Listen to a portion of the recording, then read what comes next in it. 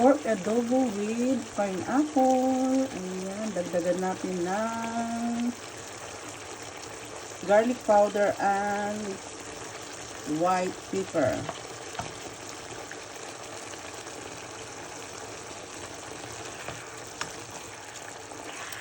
Salami kaayo. Kasi binabad ko yung pork niya sa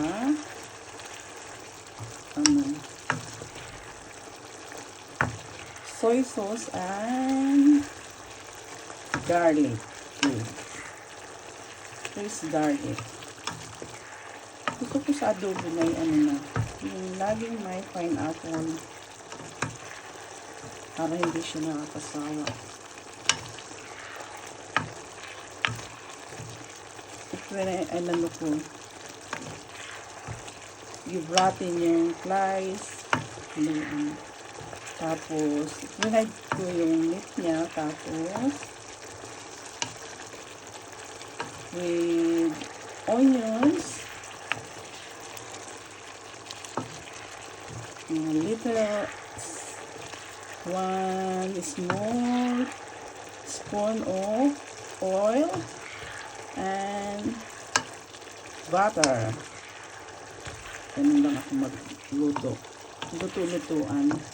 Hindi ako professional pero napapasarap dahil with love.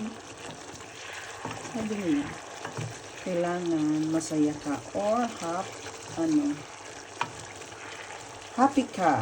Masaya, happy, isa lang. Basta happy ka sa iyong ginagawa. Napapasarap. Walang halong napampalasa, kundi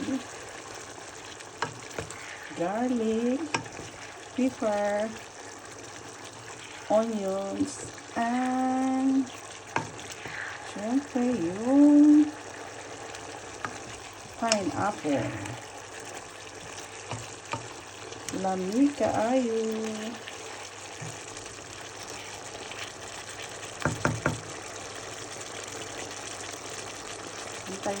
Hintayin natin na siya, mabawasan ng sauce.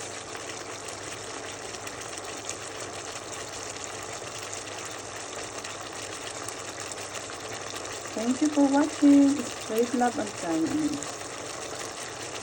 God bless everyone. Be happy always. Be kind to one another.